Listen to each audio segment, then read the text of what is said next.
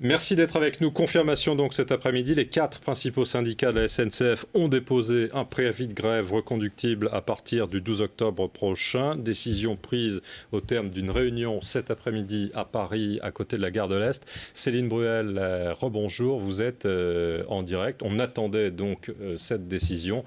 La CGT s'était prononcée en premier parmi les syndicats majoritaires de la compagnie. Oui, et sans surprise, Jean-Alexandre, les autres syndicats ont aussi décidé d'une grève reconductible à partir du 12 octobre. Et pour en parler, nous sommes avec Laurent Russeil de la CGT Cheminot. Bonjour. Pourquoi avoir décidé de cette grève reconductible? Jusqu'à présent, il n'y avait que des grèves carrées. Est-ce qu'aujourd'hui, vous pensez faire plier le gouvernement avec ce mouvement reconductible?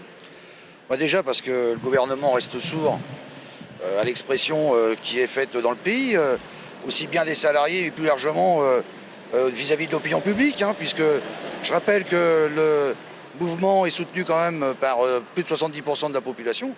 Et puis aujourd'hui, on voit bien que le calendrier devient de plus en plus serré, qu'après le Parlement, c'est maintenant au tour du Sénat de débattre de ce projet de loi, et qu'on arrive au bout ou pas loin du bout. Donc, est-ce que vous pensez que les cheminots vont être mobilisés, vont pouvoir se mobiliser sur plusieurs jours? Écoutez, nous, on met à la disposition ce préavis reconductible à la disposition des cheminots.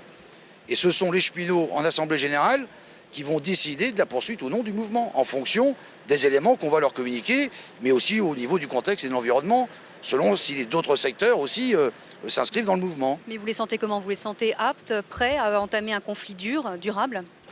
Mais le dossier des retraites ne concerne pas uniquement que les cheminots. Donc il va falloir aussi que d'autres salariés, on espère d'ailleurs dans d'autres secteurs, vont pouvoir s'inscrire dans le mouvement. Et il me semble qu'il y a déjà des préavis de grève qui sont déposés de façon reconductible dans d'autres secteurs.